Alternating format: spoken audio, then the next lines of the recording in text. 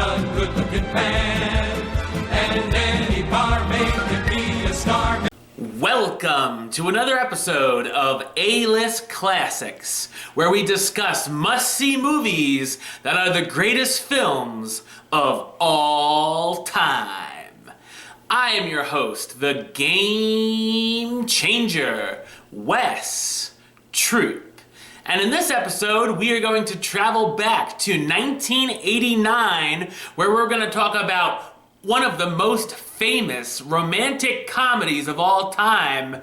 We're going to discuss When Harry Met Sally.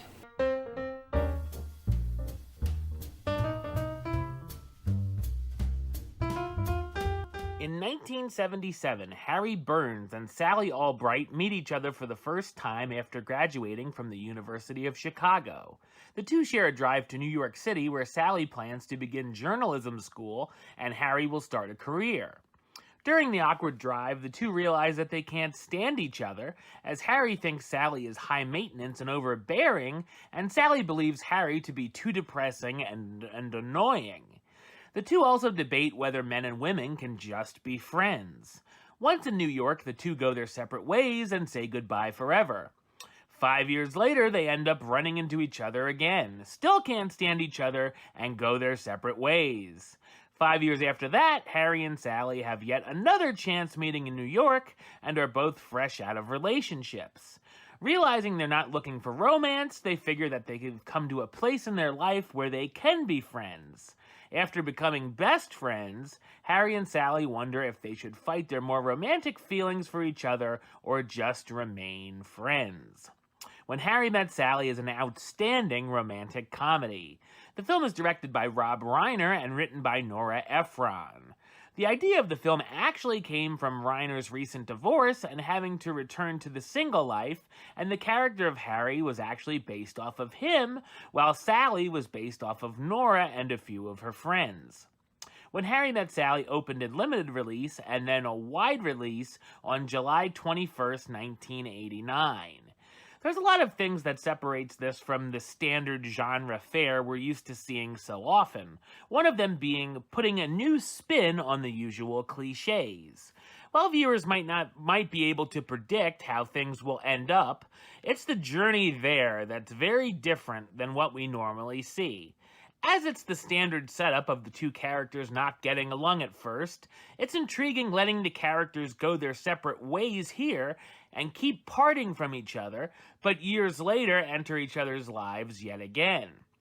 Their early debate on if men and women can be friends without sex or love getting involved is a common theme throughout the film, and it takes them to be in a certain place in their life to be able to become friends. Sally and Harry's relationship is very interesting, as they're able to talk about subjects that they can't with anyone else, be able to have a quick fight and forgive each other, help each other out dealing with their breakups, but begin to get jealous when they start dating other people.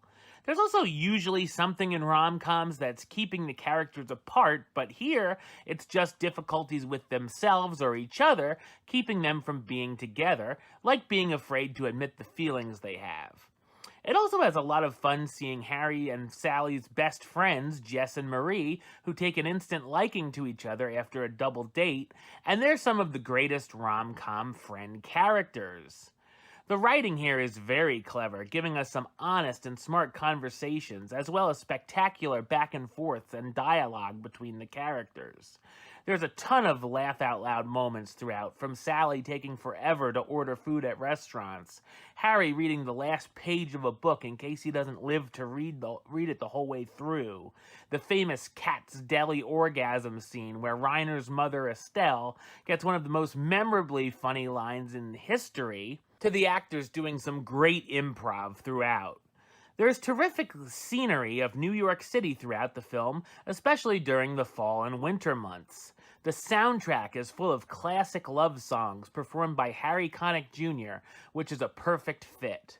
The film also uses interviews of older couples describing the different ways they met each other that are very charming. The cast all have incredible chemistry and make us really want to root for them to get together. When Harry Met Sally stars Billy Crystal as Harry Burns, the sometimes bothersome and pessimistic divorcee, Meg Ryan as Sally Albright, the more optimistic and assertive young woman who over time becomes Harry's best friend, Carrie Fisher as Marie, Sally's best friend who hasn't had much luck in her love life, and Bruno Kirby as Jess, Harry's best friend and writer who ends up getting along very well with Marie. The film scored an Oscar nomination for Best Original Screenplay for Efron. When Harry Met Sally is a highly delightful film that easily appeals to both sexes and is one of the best romantic comedies of all time. Alright, well that's the show. I'll be back with another A-list classic very soon. But until then, don't forget to subscribe right here on YouTube. YouTube.com/WestsideOf515.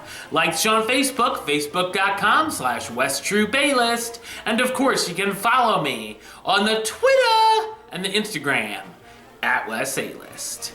Until next time, Troop out.